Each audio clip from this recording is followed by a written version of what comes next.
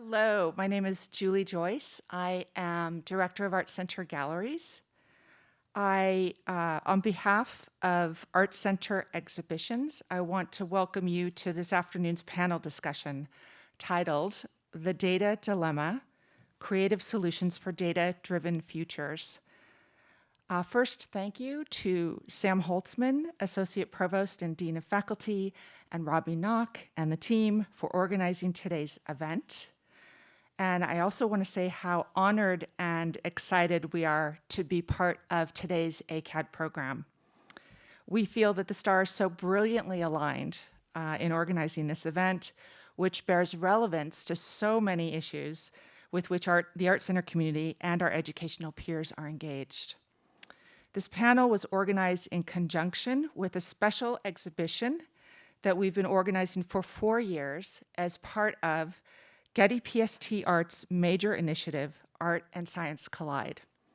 Our exhibition, on view at the Williamson Gallery here at Hillside, is titled Seeing the Unseeable, Data, Design, Art. If you did not see the exhibition this evening, it is open tomorrow from 12 to 5 and also Saturday. And if you are staying on through the weekend, I would encourage you all to go visit other PST art exhibitions throughout Southern California. There are over 70 presenting institutions that are part of the initiative.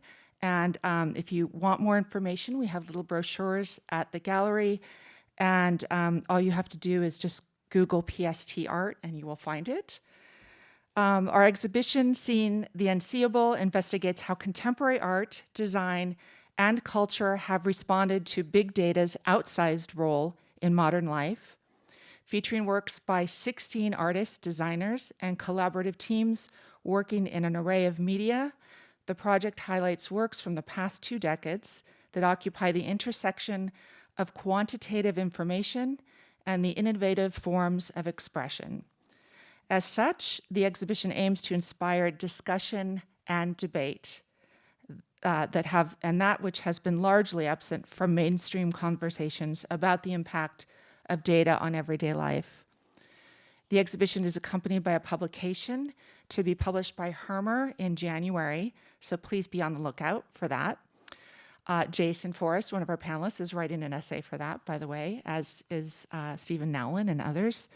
And before I introduce our moderator today, I want to thank my colleague and co-curator of the exhibition, Christina Valentine, for all of the groundwork that made this panel possible, and to Stephen Nowlin, founding director of the Williamson, and another co-curator of the exhibition.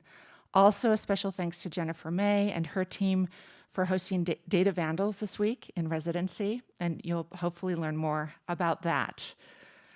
Our moderator, Maggie Hendrie, is the Dean of Art Center's Media and Technology Division and former chair of the Undergraduate Interaction Design Department at Art Center, the first Southern California school to offer such a degree. She has also helped launch the Data to Discovery program and its ongoing summer symposium. With over 20 years of experience in new interactive product service strategy, digital product design, and user-centered design, Maggie founded the User Experience Competency Center at Sony Pictures Entertainment to integrate usability across Sony devices and cross-platform projects. And with that, Maggie, I will hand it over to you. Thank you. So thank you and welcome everybody. I wanted to say a special thank you actually to Julie and Christina, who helped not just curate the program, put the Getty PST team together in Grant, but actually kind of wrangle this group together over the last few weeks to have a discussion that we now want to share with you. So I love all things data visualization, interactive data visualization in particular. I found our conversations really stimulating, and I think what was really interesting for us was to think about how, as artists, designers, and educators, we actually invite ourselves to or find ourselves sitting in really entangled, sometimes messy, complex spaces of interdisciplinary work and strange collaborations. So when I think about those messy spaces, especially in media and technology and interaction, I find it really useful to think about it in kind of through three lenses. Like, how does this impact creative practice? And then two, inversely, what is the role of creative practice in informing how this develops? Data visualization, AI, emergent tech. And then, equally importantly, as educators and learners, what does it mean for learning? So, those are the lenses that I want to kind of share with our panelists tonight. The questions we've kind of pretty loose with. It's very conversational. So, we do want to leave plenty of time towards the end for your questions and your conversation. And I think that interdisciplinary work is reflected in the backgrounds of our panelists.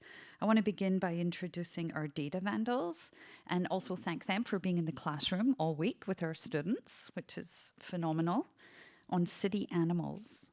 And thank you, Jennifer May, who I see here, for corralling the students and the animals. And that will be actually in Union Station, I hear, in spring. So Jen Ray is a multidisciplinary artist, and I think that informs a lot of her approach to data visualization, media, dance, performance, inclusive practices, public performance in museums, galleries, and on the street here in the US and in Europe and across the world. Jason Forrest, who participates in those shenanigans with the Vandals, but also has worked as an associate partner of the McKinsey and Company Data Visualization Lab, where they're serving partners and clients in the world of NGO, government, commercial companies, as well as policymakers. I'd then like to introduce our Data to Discovery, which is the data visualization art and research program that we've run for 10, nearly 12 years, over a decade, with Caltech and the Jet Propulsion Lab here in Pasadena. And some of the partners and labs that we serve are in biology, geophysics, planetary science, fluid dynamics, and aerospace. One of our co-founders, Santiago Lombeyda, is a senior computational scientist at Caltech and faculty on data visualization both at Caltech and here at ArtCenter. And outside of the lab and the classroom, his work can be seen in galleries and has been featured in magazines such as Nature and Science. And Hilary Mushkin, also co-founder of Data to Discovery, is an artist and a research professor of art and design at Caltech. She's also the founder of Incendiary Traces, which is an art and research initiative that kind of reverse engineers the politics of landscape visualization, I think particularly at borders and liminal zones. Her work can be found at the Getty Museum here if you're visiting, but also in museums and galleries across Europe, Mexico, and other parts of the world. So with that, I'd actually like to invite our Data to Discovery colleagues to maybe share for 3 or 4 minutes about some of the work they do. One of the strange things about data visualization is is that a thing? And I think the easiest way to answer that question is to show. And each of our panelist groups are going to show a little bit of their work.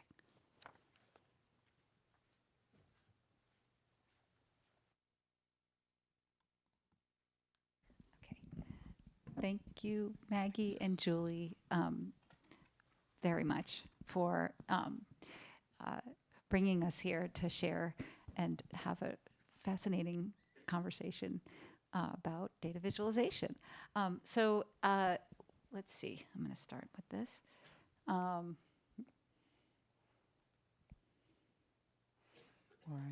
I'm not. Let's try that one.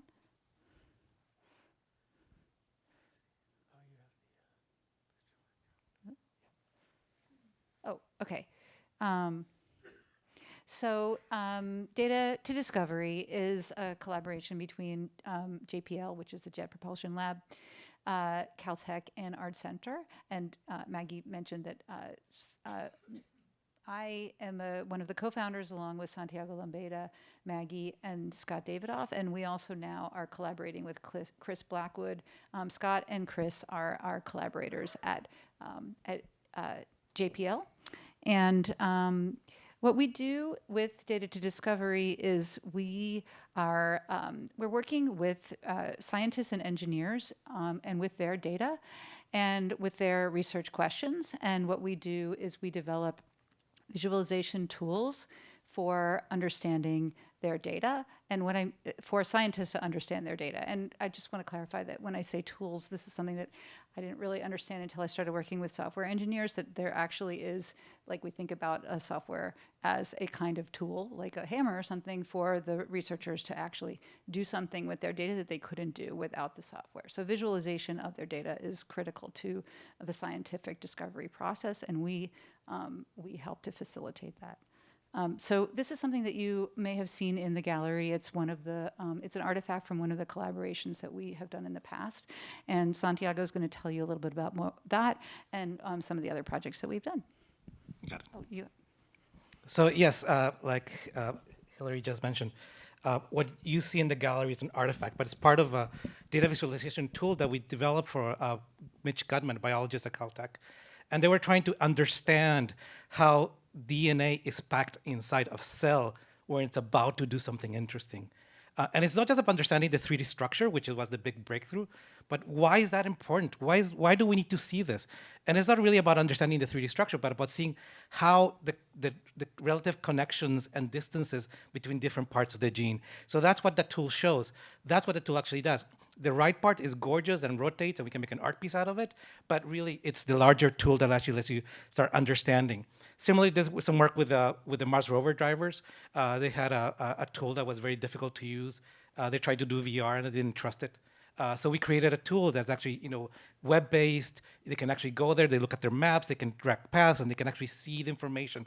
The raw, the yaw, the pitch, the how dusty the ground is, whether there's rocks, and literally just drag the rover and move locations. And that's part of an interactive tool that actually became the tool that they actually used for driving the rover. We also collaborated with geophysicists. They extract 4 kilometers worth of rock out of Oman, and they're trying to understand the mineral composition to actually understand kind of the history of the Earth crust. And this is a visualization kind of looking down the whole data as a spiral. So we're basically visualizing 4 terabytes of data with these little pretty pink dots. And we visualize things as weird as gravitational wave detection. This is the LIGO interferometer, which I could spend 6 hours talking about it and not say it correctly. So we've accumulated about 30 plus projects just in the way we do our data to discovery program, doing summer internships. And each of these tools, you can see they can be pretty gorgeous, but it's really what they do behind the scenes and how it actually helps the researchers understand or accomplish something or reach our wider audiences or even understands what they're doing themselves. That's kind of the value of the work that we're doing. So I'll take it back to Hillary to tell you a little more about how we do that. So we work with teams of design and computer science interns, and so there's 5 of us who are mentors now, and also with the researchers who come to us with their data, and we develop the projects with them through a 10-week very intensive co-design process that involves interviewing the researchers, doing a bunch of sketching that happens like weekly, different kinds of prototyping with paper and with data visualization prototypes. And ultimately what we find is that the discovery process, which is understanding something about the data that was not understood before our interaction or our collaboration began, is not just something that happens with the finishing of the data visualization tool and the use of that tool, but that happens throughout. So we sort of have a much more expanded understanding of what data visualization is because it involves all of the different facets of what we do, not just the development of the software tool. So thanks.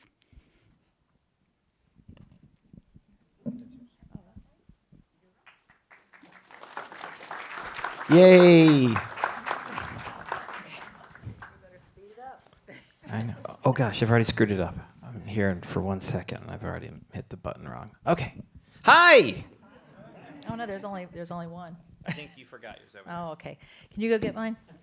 Okay, so we are the Data Vandals, and I'm Jen Ray. As I had this wonderful intro, I'm an artist, and this is Jason Forrest. He's Hi. a data viz expert. And in the simplest way, we build artworks from the data that structures our lives. Okay, so everything is an experiment. This was our first project, New York Alive, in Lower Manhattan. And we used New York's open data portal to gather different data points. And then we also used a lot of anecdotal data from our audience members. This was kind of like a parade and a bit of a performance. So that was kind of like our first intro into this kind of work for the Data Vandals. And so, as you've already probably figured out, Jen and I, we're a married couple. We have very different ways of working.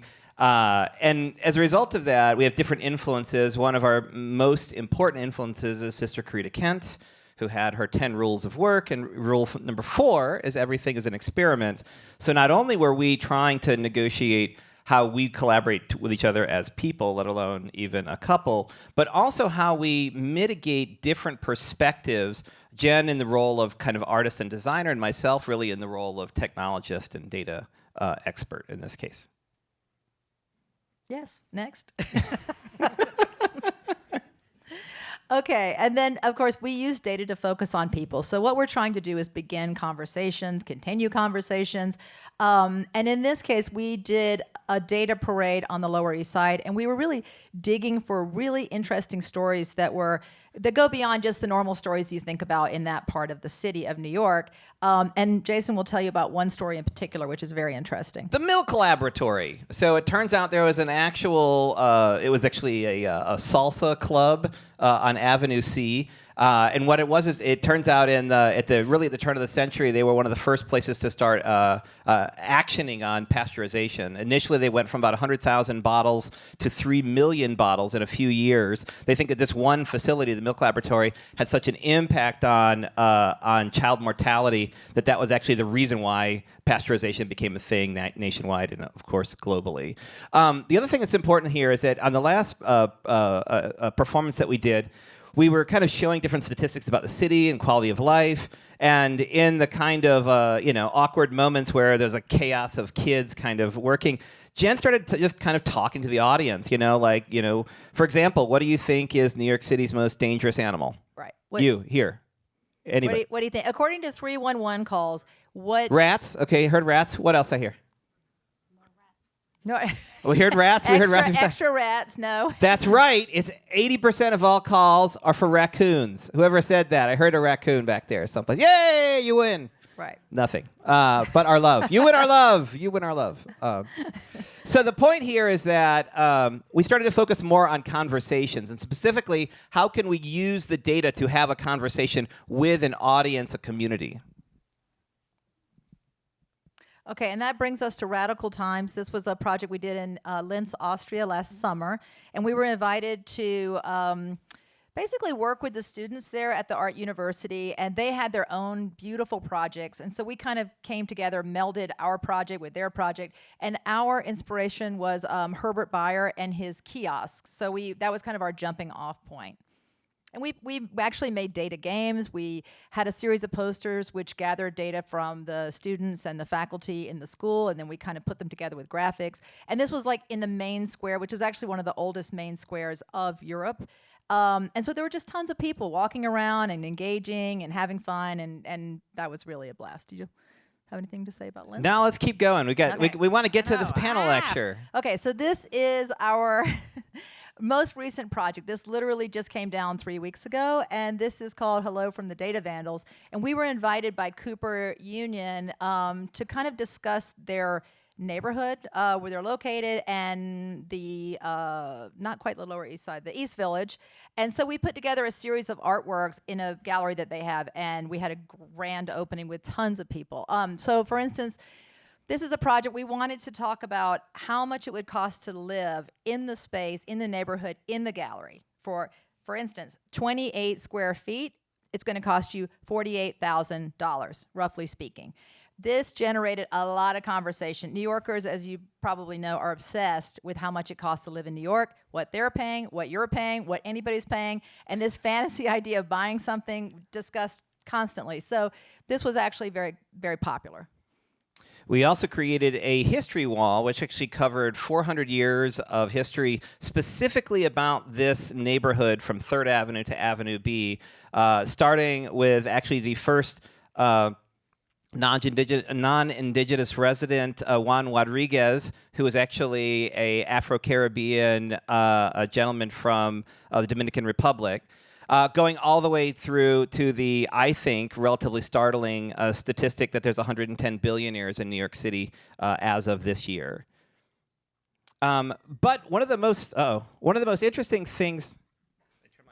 I turned my mic off. Hi. One of the most interesting things of the exhibition was actually this participation wall. And so we really want anything that we do to have our audience be a part of it. They want them talking. We want to really focus on building conversation. And in this one, they actually started to contribute their own data on a series of large pieces of paper. Now, what's really interesting is we've turned this into our workshop that we're giving here at ArtCenter. And so yesterday we did a workshop where we started to create these with students, and then tomorrow we actually have a round 2. We'll end up probably making I'd say about 10 to 15 of these large posters for the students in the community to kind of start to harvest their data. Right. And the students actually made their version of these posters. So when you'll see them, and they're amazing. Like, they had their own ideas and their own graphics, and they're pretty incredible. But one thing I did want to say about that last slide I did it too fast again. Is the one thing that we put on at the last minute was tell us something we don't know. And that's very important to us, that we don't just present data and say, here you go, and this is your neighborhood. It's really important that we create this conversation, we get feedback, and we really take on board what people say. And it may even lead to other projects that we do in the community. So it's a lot of fun for us. And people wrote all kinds of wonderful things on that sheet of paper. They also corrected our math, which I thought was great, too. It's okay. Hey, we're all friends here. It's okay. So last thing is get in touch. We really want to try to have more of these conversations all over the country and world. So that's it. That's our bit. Now let's get to the panel. Well, we are supposed to be an artist collective. We want to be a collective. We're a collective of 2 right now. Well, no, we're always inviting people in and sharing and meeting new people. Thank you.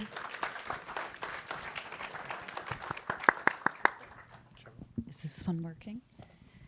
So that was like a rapid tour of the kind of work, the kind of approaches, and different forms of interaction, right from digital in silica interaction to on the street with people on paper interaction. I'd like to ask you that there are so many audiences and so many types of data visualization. How do you contextualize the right kind of approach and data visualization for your purpose?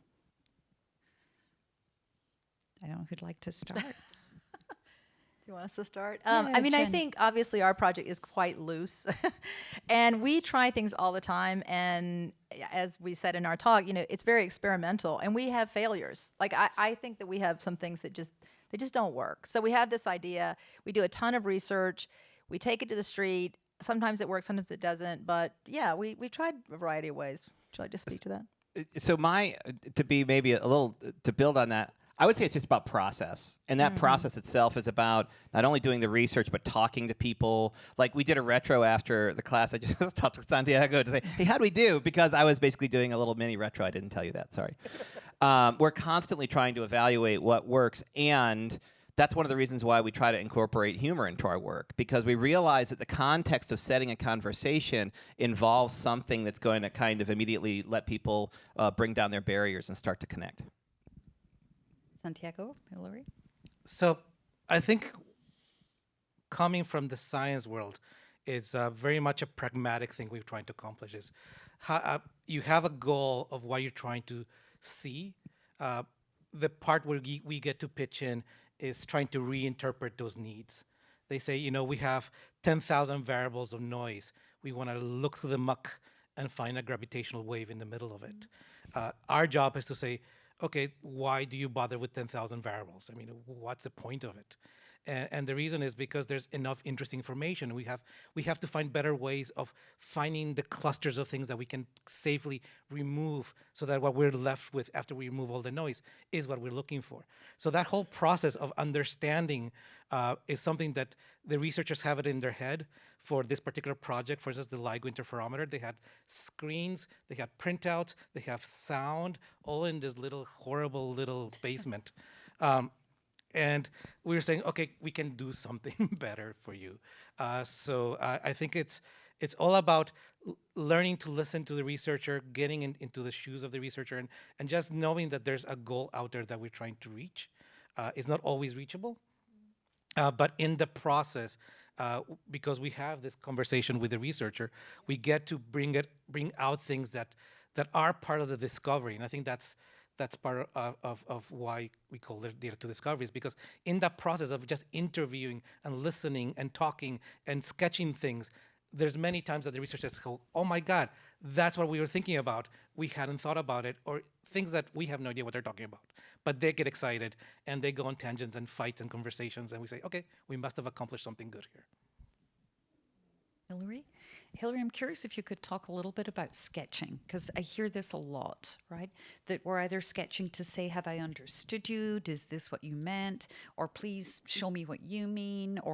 And I wondered if you could talk a little bit about how sketching in its different formats is a form of prototyping and research and thinking.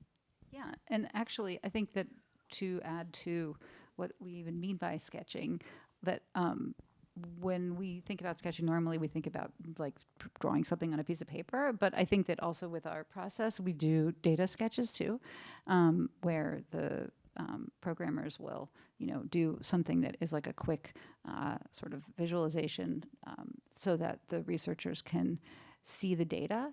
And I think that it, like, even if it's not meant to be seen that way in the final product, it's just like, this is actually a sketch where we drew something quickly on a piece of paper, and the scientists will say, well, is that really what the data looks like? And so there is a difference between the versions that we have where we're, somebody's drawing on a piece of paper and somebody's doing a data sketch, but they have different functions in the sense, or they have similar functions, I should say, in the sense that in both cases, the idea is that they're prompts essentially for a conversation about what the scientists are even wanting to understand about the data in the first place, which is not necessarily, like, that in itself is already kind of as Santiago was alluding to, it's already, or stated, it's already something that's not fixed, because those questions are actually in conversation with the data and how the data is seen and understood itself. So the whole thing is sort of, there's sort of a lot of iteration and conversation that's happening through the sketching and talking about what the sketches are, and then sort of making another sketch very quickly. That's where the hands-on paper can go faster than if you're doing a data sketch and saying, oh, well, what about this version? Oh, okay, and all of that is sort of talking about and around. And if I can add something to that, Scott David, our collaborator from JPL, he always brings the word nimble. We have to be nimble in what we do. So while there's sketching, quickly, we need some tool that lets us digest the data quickly. We love this tool called ParaView, which the only reason it exists is because the national labs still pay for it. Otherwise, it's a horrible market. Nobody makes it there. And even now, I'm co-teaching a class with Ivan, who's right there.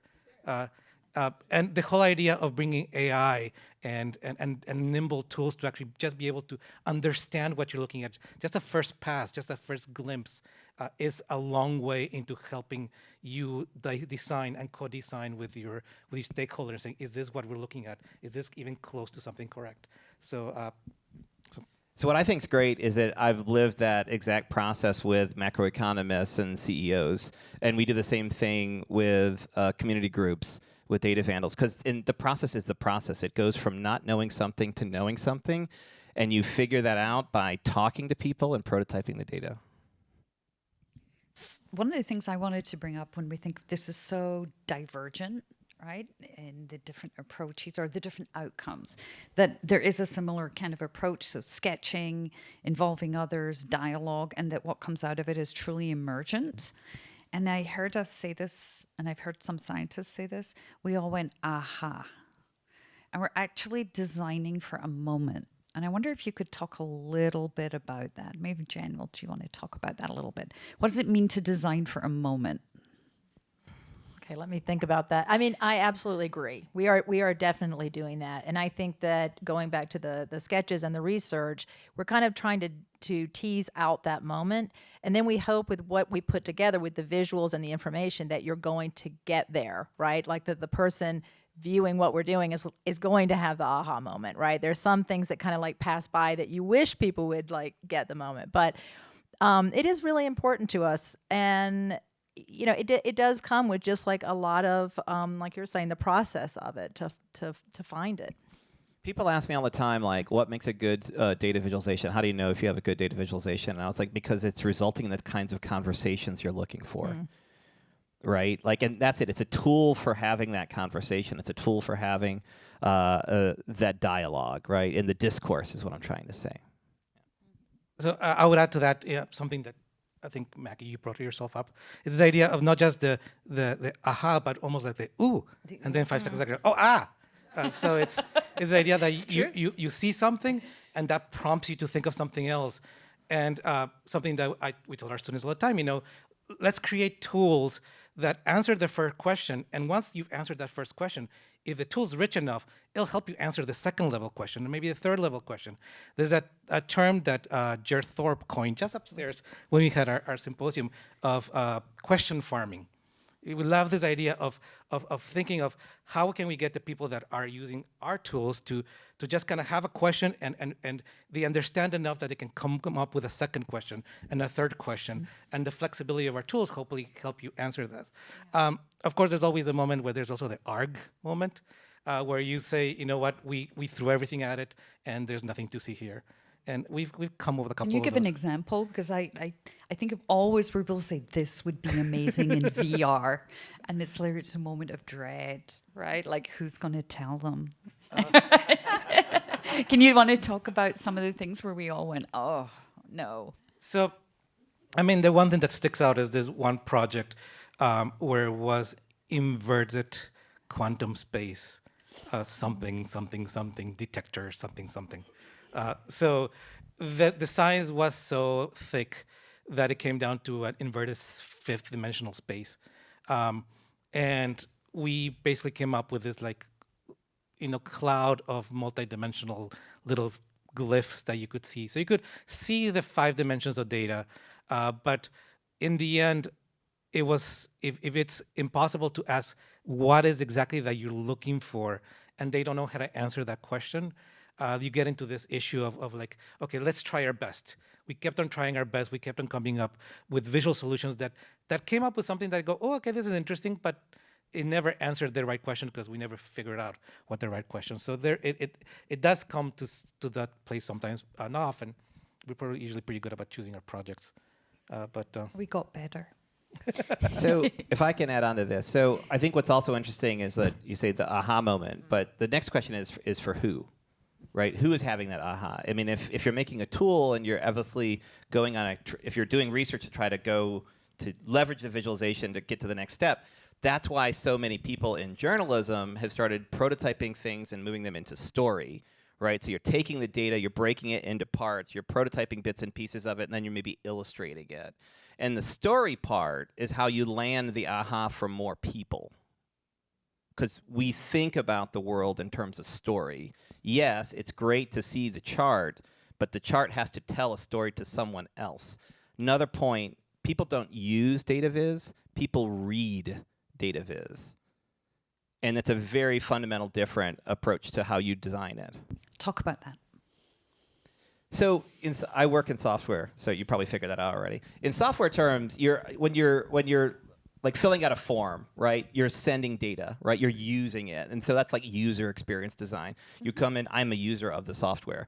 If I'm like an analyst, right? I'm using like Tableau to make a dashboard for whatever, a stakeholder. That stakeholder's coming in and reading the numbers and then just going someplace else. They're never touching it. It's a newspaper to them. It's like a digital newspaper. Sure. And that's the difference. So I struggle with that sometimes, trying to explain to people that something's a really pretty infographic, but that's not necessarily data visualization in the form of tooling or exploration in the way we might think about when we build software. And I think this brings up a really big question about data and expertise, and how does one communicate or not authority? And I wondered if, I know that's something Hillary and I have talked about in the past, about who, so there's for whom, but there's also by whom, and who has the authority, and what does that look like, and how does images or perceptions of that get encoded in the data and in the visualization? I wondered if, Hillary, if you could share a little bit about some of your thinking on that. Yeah, so I think, there's a lot of ways to think about that, but I guess with the work that we do in data to discovery, and actually, a little bit, you guys could talk about it from your point of view, but I can think about ways that, there's the scientists and what role they sort of have in our society as authority figures, and the public, which is like a different category and has authority in a different realm, I guess. I won't say anything about that right now, but yes. So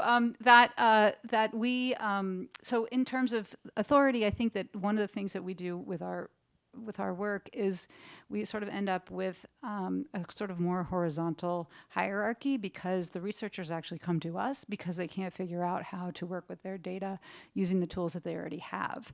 Otherwise, they wouldn't need our team. But we are not, astrophysicists, for example, or biologists or whatever. And so our expertise becomes sort of a type of authority in those contexts. And so although in a larger society, artists and designers don't have the same kind of like authority for particular kinds of knowledge, we don't look at, like in our culture, we don't look to designers and artists to help us to create to have the information that will then be used for, we're in a technocratic society, so we don't use, we look for data that is sort of that is gleaned from scientists and engineers to develop, information.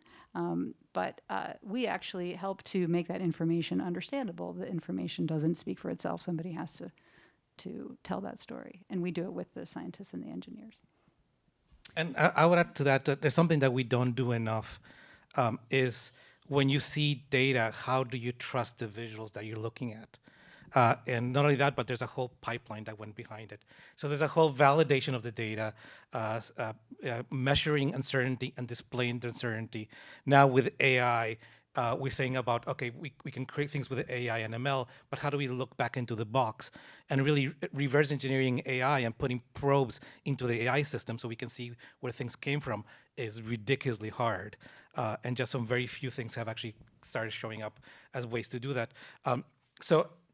I think as we create these tools, having the ability to say what you're looking at has this level of correctness, I think it's something that needs to start happening. It doesn't happen with storytelling. It seems like it should be easier to say, this facts came from this direction, because you get a little longer to tailor the stuff. And I would say just, at least from my point of view, I think we do think of using data viz as a way of, because it's almost like we create our own mini versions of Tableau with every project. So we expect researchers to go there and use the data viz to create some new hypothesis, and then they just reiterate. But it's an iterative process of reading and using it to create new things. And I mean, not really related to that, but related to authority. I mean, I feel like with Data Vandals, we gave ourselves permission to be the authority. Do you feel that way, in a funny way? Like, it's part of the Vandal part of it, part of the pranksterism aspect. I mean, I work in data visualization in and corporate America. You are, and I run a magazine for Data Viz, and I'm a Data Viz obsessive, like truly, like beyond nerddom. And I think it's funny because authenticity is like such a foundational element for why would you believe any chart? Why would you believe any data? And especially in this world where there's so much misinformation. And so that's funny because, like, as you're talking through this, and I'm like, yes, I totally get all that. But I almost feel like we've tried to run around that and say, like, honestly, we don't really even care about the authenticity. Let's have a conversation about it. I wouldn't go that far. Because the reality is that it's that the conversation is what lives on in the mind of your audience. Right? But And if they have a takeaway from it, they can go research it. And there's a lot of nuance behind it in data. I mean, I ran a COVID response center, and understanding what's a death for COVID, I thought that would be pretty easy to define. It is not.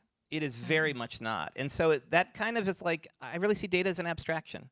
Well, and with the data vandals, we play around with that, right? We always tell people, yes, in our background, we are authorities with what we do, but we're saying that with data vandals, that like you need to take this with a grain of salt. We play around with it a little bit, like, is this true? Well, we go in and tell you like what you thought was true might not be true, so we explain stories. But the underpinnings of what we do, again, going back to the research, we're searching for like knowledge and truth, but we're also acknowledging in a cheeky way, it's not always what you think it is. And it's funny because, like, in a way, I've kind of given up on the idea of data being a proxy for absolute truth.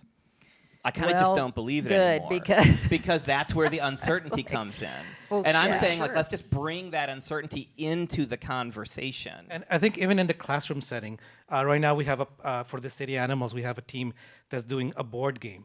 And in the board game, they say, okay, we're going to put a mountain lion and a couple of streams. So with that, the mountain lion is going to thrive, and there's going to be 100 cubs in the next time we roll the dice. And I was like, where did you get that from? Like, who, and if you throw rabbits in there, are they going to have food, whatever. So I think in this case, it's like, okay, can you just show us enough of a glimpse of where this data came from? Just enough, you don't have to sit there and write a discourse on it, just enough for us to trust you that you're doing the right step.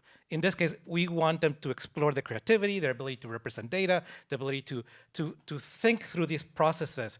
But there always has to be a foundation of truth and where this data comes with a certain level of authority, at least enough to be able to say, if new facts come in, we can switch them to the reality, but the rest of the process is still quite valid. Yeah, and getting away from wishful thinking.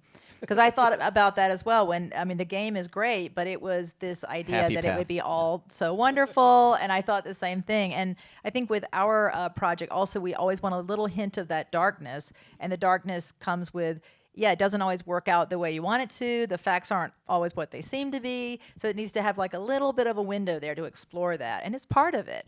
Doesn't mean that it's not true. nuance. Or it's nuanced. One of the things I enjoy about working with some of our scientists, you mentioned data is not a proxy for reality. And I think they're very clear that data is a model, and they're going to go out to Mars. They're going to go to, different environments in Oman. And they're really testing how far does our model reflect, encode, embed, and understand reality, the ground truth.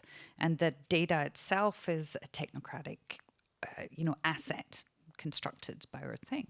So I'm curious, when you're working with audiences, young people, when you're teaching, how do you build or convey to them that form of data literacy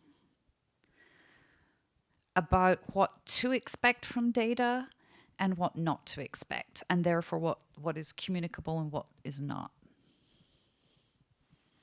Curious. Because you all teach. I feel like young people are so literate. Don't you think they know so much? They're coming to us with information that, is so sophisticated. I don't know. How would you? It's just funny because, like, in my nerddom kingdom, data literacy is all about how well do you know which chart to pick, right? Mm-hmm. Do you know how to put your marks on your stacked bar charts and stuff like that? And honestly, it just doesn't matter. Yes, it matters. You need to have a graphic that's, again, piloting the conversation you're trying to get to. But at the same time, there's an article that just came out a few weeks ago that really kind of stopped me in my track. Basically, that people are scared of data. Right? They see data and they say, oh, I need to believe it, but some other authority other than me has told me this is the way it is.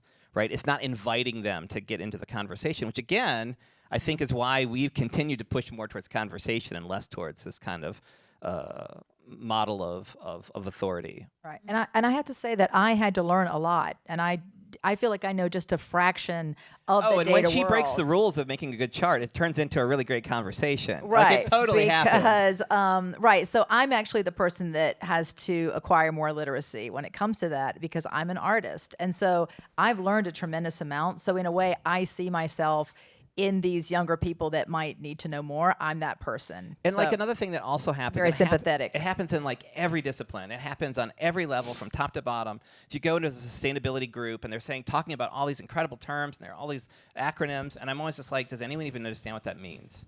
Right? Like agreed upon terminology, simple language. And I've literally told CEOs to their face, nobody understands that. And let's test it. And guess what? Nobody understood it. Right, and so it really goes to who you're making something for. Yeah, and I think coming back to your idea of choosing the right mark, choosing the right bar chart, and whatever else, I think when it comes to academia, what I see from our students is even if they are literate, even if they are visual, the moment you tell them to do something, they'll just write it down, and it's like missed opportunity. Make a little bar out of it, and make it seem like the mountain lion is being roasted by the fire or something. Which is actually something that they are doing. I think that part is definitely a muscle that needs to be exercised. And for our students, we need to force them to, okay, I know you know how to do this, just try it out, try different versions. I think in our summer program, the one thing that we found is we can hire undergrads or we can hire grad students.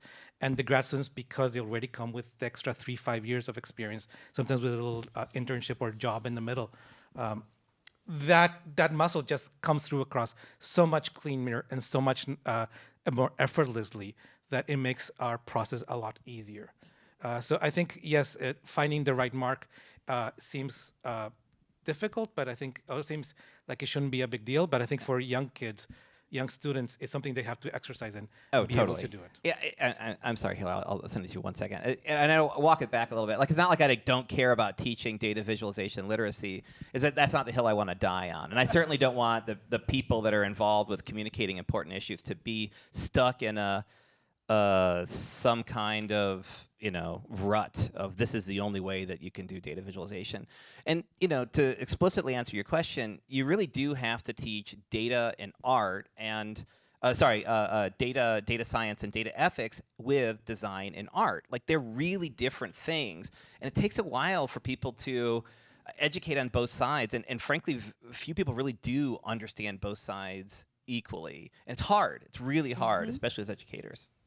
Back to you. I mean, I was thinking even just, I teach at Caltech and I teach undergrads and grad students and from freshman through 6th-year grad student, depending on the class. But one of the things I have noticed is that the younger students, younger college students at Caltech also have a sort of a different relationship to understanding scientific data than the more experienced students, because they come in with a little to no experience, having actually been exposed to situations where they see how the data is collected in the first place, not just simply like mechanically, but also that somebody has to decide, oh, we actually need to collect this particular kind of data because we have a question about the environment or whatever the question is about some kind of phenomena. And in order to answer that question, we would probably need to work with data that has these kinds of measurements, and the actual the manufacturing of the data itself, from asking a question to thinking, okay, what kind of tools do we have to actually make those kinds of measurements? What can we measure in the first place? These are questions that I think that younger scientists, young undergrads this is their first exposure to it, is, possibly not even until their 3rd year at Caltech, because they're just doing a lot of technical and sort of, like ingesting a lot of sort of fundamental information. And so I think that even understanding like where scientific and engineering data comes from in the first place is something that people students at Caltech don't know until they are exposed to it themselves. So I think there's a kind of data literacy that is even not available to them, So I have loads more questions, but I realize time is moving on. I want to make sure we make time for people in the audience. We have a microphone over here, and Robbie is also here to help direct you to the mic or take a question. So please come on up. And as people step towards the microphone, I want to ask you, what do you wish people knew about data visualization as a practice? Why do you have that look on your face? Because I want you to answer that. I'm super excited to hear your answer for that. Jen, what do you think? What do you wish people understood or knew more about? Well, Sorry to put you on the spot like that. Excuse me. I mean, I guess I would say how fun it is, to be honest, or how fun it can be, how freeing it can be, and how everyone should be invited in. Because I think with data viz, Jason was involved in this world that I thought of as very closed off and intimidating, and looking at data, parsing data, I thought was not for me. It was it was very technical, and that in a way is why we started our group, is because, like, for instance, if you look at New York City's open data portal. Okay, so Jason told me there was this portal that had all this data, and I got really excited by it. And then when I saw it, I was like, what the heck is this? Like, it's very unattractive interface. It's very stodgy, and it's hard to get into. But it doesn't have to be like that, right? I think the point is like, don't be intimidated by what you think of as like this kind of raw data. Instead, it's almost like what you were saying. It's like, draw a bar chart, like do a circle, a line, it can be very fun and freeing, especially as an artist. I mean, I find it like really exciting, actually.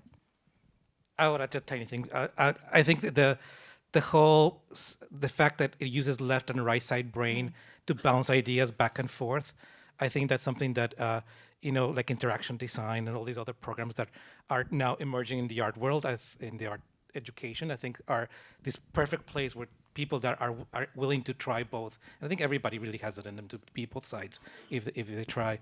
But also you can create it through teams and creative teams to actually be able to do that. I think DataViz is one of those places that engages both sides. So. Yeah. A lot of artists are very excited by data. Like when you talk about DataViz and using data, their eyes kind of light up. It's like the right time to blend these things together. And it has been for a little while, but. And what I want people to know is that DataViz is magic. Hillary? That's all. You said it. Yeah, exactly. Let's hear from the audience.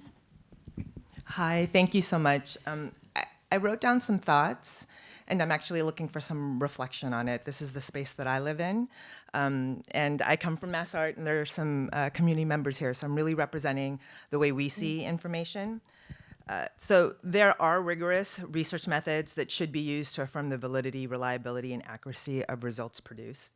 The uncertainty isn't the data, it's the people who collect, analyze, display, and share the results and storytelling. The lay language of research is and should be contextualized, but should not be distilled at the lowest common denominator of explaining. If the explanation, you lose the truth of how the interpretation of the outcomes result.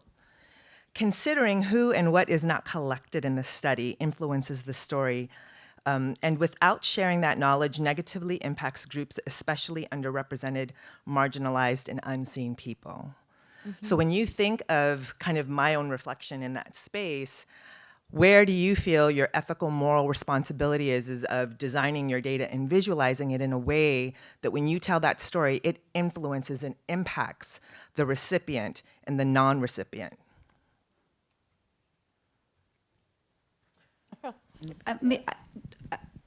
I'm going to pivot slightly, not to not answer your question, but to actually not talk about our work for a second, data to discovery, because I co-teach a class actually that is called Data Algorithms and Society with undergrads at Caltech. And one of the things that I did with my co-instructor, whose name is Claire Ralph, is we developed a framework for the students who are in that class. They're wearing the hat of software engineer. And they are, and we're trying to encourage them, well, we're leading them through a process by which they are thinking critically about their own values and biases and how they're built into the kinds of algorithms that they design. And one of the things that we have found is that and this is actually related to what I was saying earlier about younger students are not data literate in a particular kind of way. We have seniors who, now more are aware of bias inherent in different kinds of algorithm design. But I would say like 5 years ago, only 5 years ago, they were not. But the good news is that they are much more aware now, to the point that we're actually completely revising our class, because it's like we don't really need to tell them certain things because they come in knowing it. So I think that in the popular discussion, there's enough now that has been, they're young people, right? So they were like 12, 13, 14, 15, when these kinds of discussions started. And now, or maybe that's not right if they're 20 when they're in our class, they're 15 or whatever. But I think that there's enough discussion now that there is more awareness than there was in the past. Anyway, that's not to say anything about our collaborations with our scientists, because I think it's a different matter, because we don't really work with people who are working with data that's related to humans so much. Yeah, I mean, in my tiny little square brain, to me, uncertainty can be vectorized. And yes, it's human, but in our case, it's instruments, and the right instrument, and the heat of the instrument, and whether it was used the right way, right direction. And of course, there's biases and things layered. So the only way to make that part inherently explainable is to be able to layer that information, to say, if you click on this, you're going to learn this. And if you want to learn more about this, where this came from, you can learn.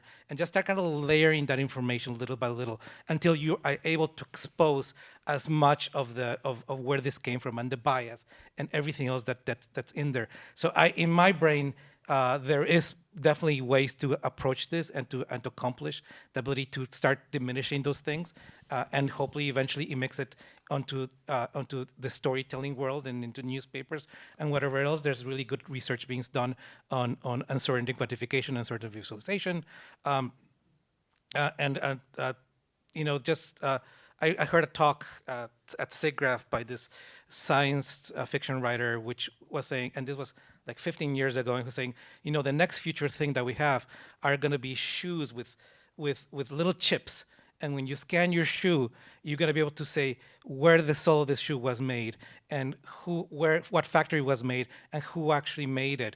And just kind of this explosion of information of everything that we have around us. And that hasn't happened yet. And I think information and storytelling and all this stuff is the one place that we need to start having it, and it's going to make a big difference in the way we ingest data and understand our world.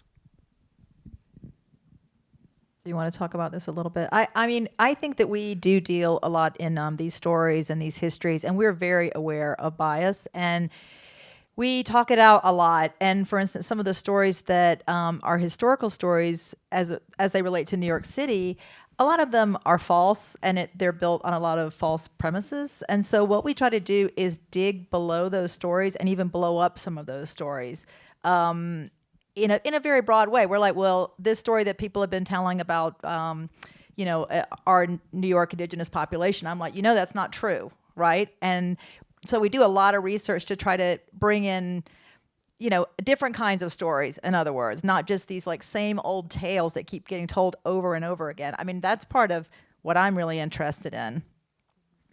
Yeah, totally. So a different answer but I love the responses. Data science is actually pretty recent as a field. It only started in 2012. Data ethics is even more recent. And the idea of like focusing on the uncertainty as opposed to the probability is exactly changing how we even think about data science and data for that matter. So I actually feel really, really good about how people that formerly didn't have a voice are actually now having a voice. Most absolutely tacit example of that is how they've changed demographic collection in the census. Thank you. That's a fabulous question. I wanted to point out that Dr. Sophia Noble, who's joining us after this conversation, is an expert in these entanglements and questions, and will be answering some of these ethical and implications of algorithmic justice in general. Yeah. Hi, I'm an alumni in environmental, and love this talk, and this is really interesting.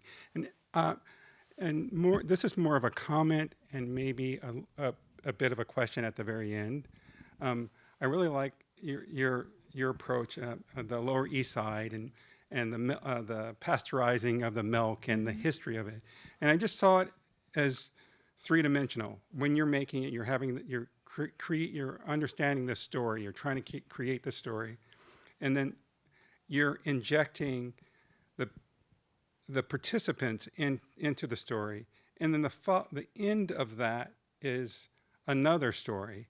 Is that deliberate? And can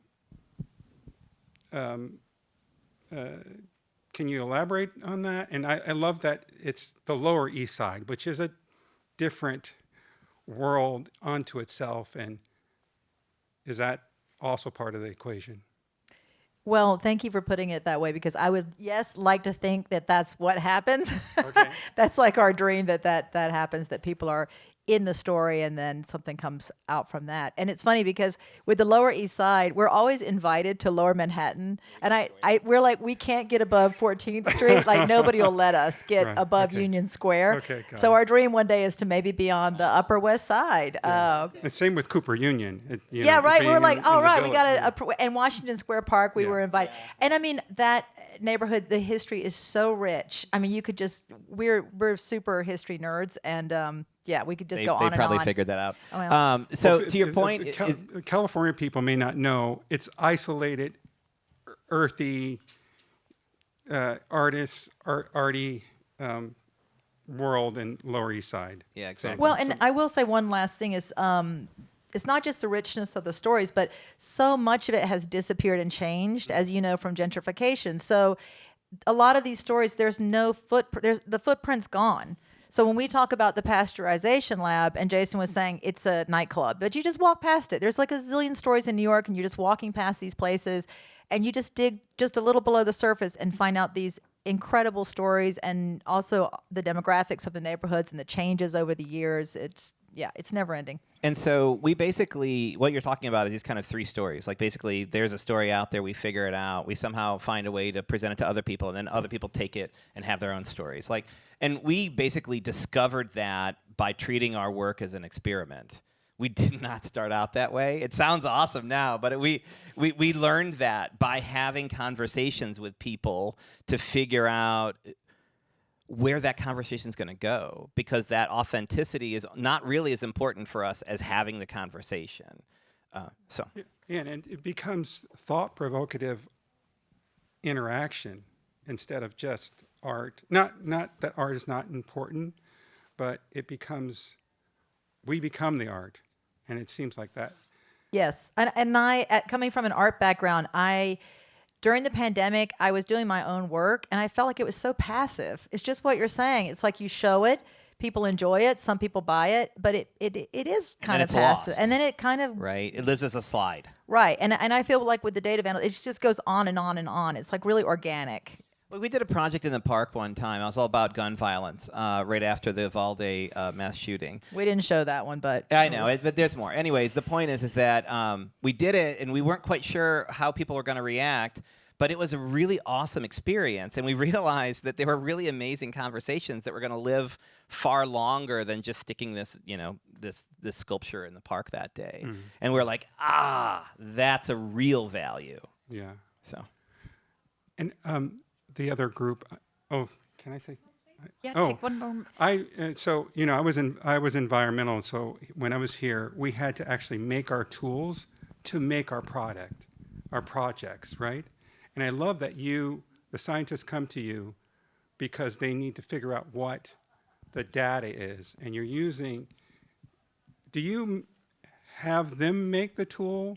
I think because I had to actually make the tool to make my project, it was more meaningful for me than just to have the tool that I could get or the piece of software that I can use. I had to actually make it, and then it became more precious, and then the byproduct really changed me. And I'm just wondering, since no one else was talking, I wanted to ask this question also, because I really think that once in the end, when they could, it's what is that? Visual is 1,000. There's more information in the visual image than just the non-visual image, I guess. So does that make sense? Co-creation. Making the tool makes it more meaningful to the scientist and everything, and then now they're using that to drive the rover. I'm sorry, if does that make sense? Yeah, I mean, we do, again, little square brain. We do small working prototypes to showcase what is possible. Obviously, the scope of these projects is usually pretty big. We did a tool to actually digest the images that come from scanning rocks in Mars. So part of it is understanding that the instrument's working correctly, the spectrograph that shows the different chemical compositions that work correctly, and then you can mark different parts of the rock. And ultimately, what you're trying to see is that there's patterns of water movement, because if there's water movement in the surface of rocks, then hopefully eventually you'll find life. So we create a small prototype to say, hey, we can look at the rocks, you can mark things, you can share it. And then once that people say, hey, this has value, it goes to the next stage of involving more researchers. Eventually that project that we did for our summer program became a $1.5 million project at NASA JPL, which actually won Software of the Award year last year. Wow. We still didn't discover life though. But you changed. So you that's changed actually where we're lives. going to close, because I know we've got our next session coming up. So much more about data, much more about ethics, and much more about the implications of how we as designers and educators work with data. I want to thank both the Data Vandals and our Data to Discovery team for a really fascinating conversation. I learn a lot every time we talk with one another. And I want to say we've got 15 minutes outside. So if you do have questions or you want to chat about the work you do, that's where you'll find us. Okay, thank you. And you said, because reach out. Anyone, we are welcoming to everyone. So feel free to reach out to us.